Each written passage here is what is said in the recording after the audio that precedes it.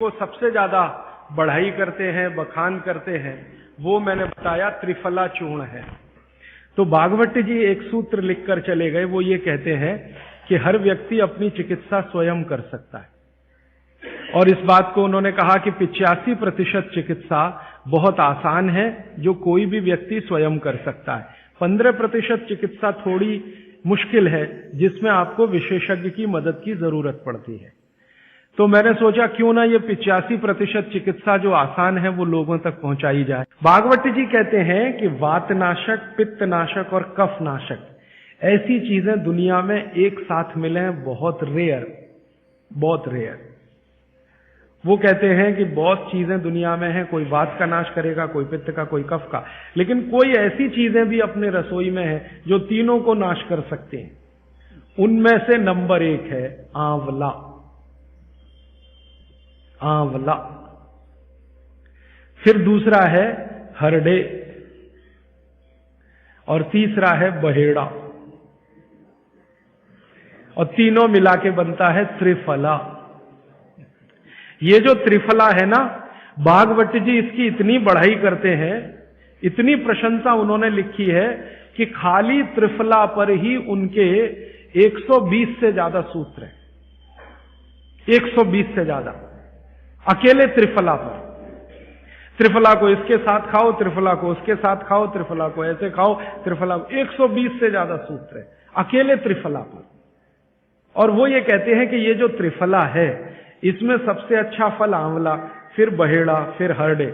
ये सबसे दुनिया में अद्भुत चीज है। लेकिन इसकी मात्रा के बारे में उन्होंने जो कहा है वो ध्यान रखिए। ज्यादातर लोग त्रिफला इस्तेमाल करते हैं, करिए, बहुत अच्छा है, लेकिन मात्रा ध्यान रखिए। हम क्या करते हैं कि हर, बहेड़ा, आंवला तीनों बराबर मात्रा में मिला के त्रिफला बनाते हैं। वो कहते हैं कि ये उतना उपयोगी नहीं है, और हमने करके भी देखा। वो कहते हैं कि त्रिफला सबसे अच्छा होता है 1, 2, 3 के अनुपात में। पहला है हरडे 1 अनुपात, दूसरा है बहेड़ा 2 अनुपात, और तीसरा है आंवला 3 अनुपात। अब इसको मात्रा में कहूं, अगर त्रिफला बनाना है तो हरडे लेना 100 ग्राम, बहेड़ा लेना 200 ग्राम और आंवला लेना 300 ग्राम। तो ये 100, 200, 300 ग्राम की मात्रा में आप जो त्रिफला चूर्ण तैयार करेंगे, वो कहते हैं ये अद्भुत है, वात, पित्त, कफ तीनों का नाश करता है, तीनों का। अब वात, पित्त, कफ तीनों से आप अगर ग्रसित हैं तो आप त्रिफला जरूर लीजिए। कैसे लाएं? त्रिफला लेने के 2 नियम बताए उन्होंने, एक रात को और एक सवेरे। सवेरे का नियम उनका यह है कि सवेरे सवेरे अगर त्रिफला खाएं तो गुड़ के साथ, नहीं तो शहद के साथ, गुड़ या शहद। वैसे ही आप तय कर लीजिए, जैन है तो गुड़, अजैन है तो शहद। तो सवेरे का त्रिफला खाएं तो गुड़ या शहद के साथ, रात का त्रिफला खाएं तो दूध के साथ या गर्म पानी के साथ। त्रिफला तो एक ही है ना, सवेरे भी त्रिफला ही खा रहे हैं, रात को भी। लेकिन भागवत जी कहते हैं असर अलग अलग है दोनों के। रात को जो आप त्रिफला खाएंगे दूध के साथ या गर्म पानी के साथ, तो ये त्रिफला रेचक है। रेचक शब्द उन्होंने इस्तेमाल, रेचक माने पेट को साफ करने वाला, बड़ी आंत की सफाई करने वाला, शरीर के सब अंगों की सफाई करने वाला, झाड़ू लगाने वाला जो व्यक्ति, वो रेचक। तो कहते हैं रात को अगर त्रिफला आप ले रहे हैं दूध के साथ या गर्म पानी के साथ, तो ये रेचक है। माने ये एक ही काम सबसे ज्यादा करेगा कि आपकी कब्जियत मिटा देगा। कितनी भी पुरानी कब्जियत है मिटा देगा, 40 साल पुरानी भी मिटा देगा रात को। और जो दिन को त्रिफला खाया सवेरे गुड़ के साथ, तो वो कहते हैं ये पोषक है। एक शब्द है रेचक और एक है पोषक। पोषक माने शरीर को जो कुछ चाहिए, विटामिन सी चाहिए, विटामिन ए चाहिए, विटामिन डी चाहिए, या विटामिन के चाहिए, या कोई विटामिन चाहिए, या हमें माइक्रो न्यूट्रिएंट्स चाहिए शरीर को, कैल्शियम चाहिए, आयरन चाहिए, वगैरह वगैरह। तो शरीर को अगर पोषकता चाहिए तो त्रिफला सवेरे खाना, और शरीर में आप मानते हैं कि हमारी कब्जियत ठीक करने के लिए तो त्रिफला रात को खाना। दोनों समय के त्रिफले में बिल्कुल अलग तरह के परिणाम आते हैं। तो जो कहें हम तो स्वस्थ हैं जी, तो सवेरे ही त्रिफला खाओ, स्वस्थ हैं तो। और जो कुछ बीमारियां हैं आपको, तो रात को खाओ। ठीक है? मात्रा ध्यान रखना, 1, 2, 3। सम मात्रा का त्रिफला बहुत रेयर केस में इस्तेमाल होता है। 1 या 2 ही बीमारी हैं। अभी मैंने एक जगह इस्तेमाल किया था, एक वैज्ञानिक हैं, भाभा एटॉमिक रिसर्च सेंटर में काम करते हैं, उनको एक बीमारी हुई रेडिएशन से। रेडिएशन आप जानते हैं सभी एटॉमिक सेंटर में।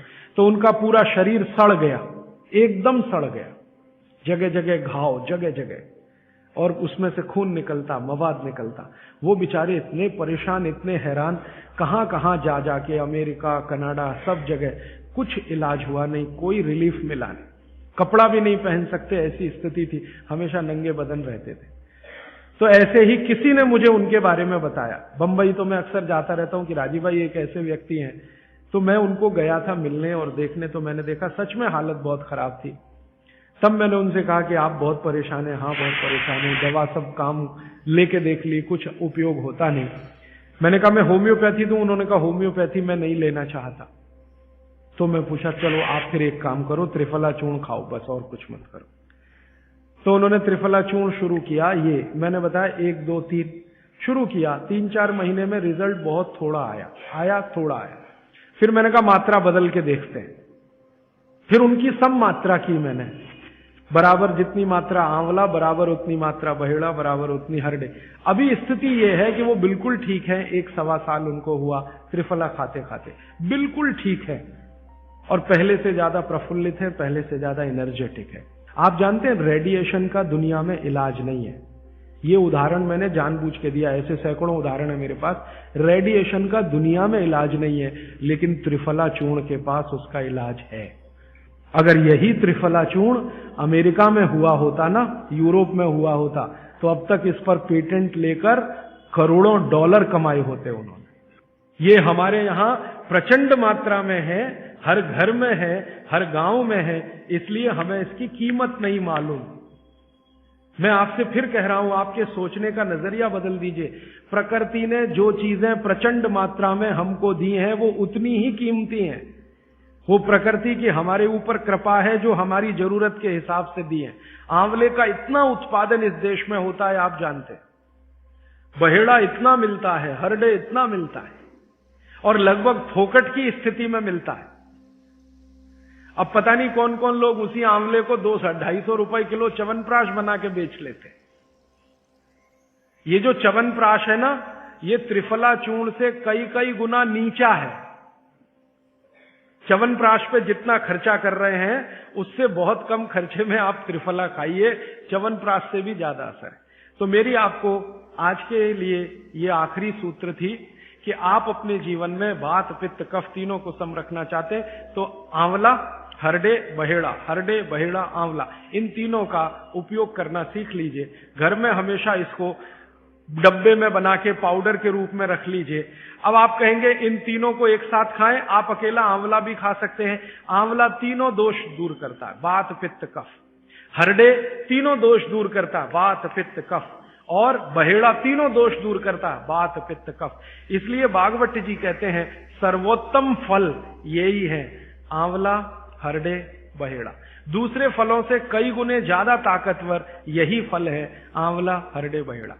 अब आपको आखिरी एक छोटी सी बात कह दूं कि आप में से किसी को भी ये तकलीफ है कि आपके शरीर में मेद बढ़ा हुआ है। मेद माने मांस बढ़ा हुआ है। बहुत लोग परेशान है, मोटापा। मेद माने कफ बढ़ा हुआ है, सीधी सी बात। तो आप त्रिफला खाइए।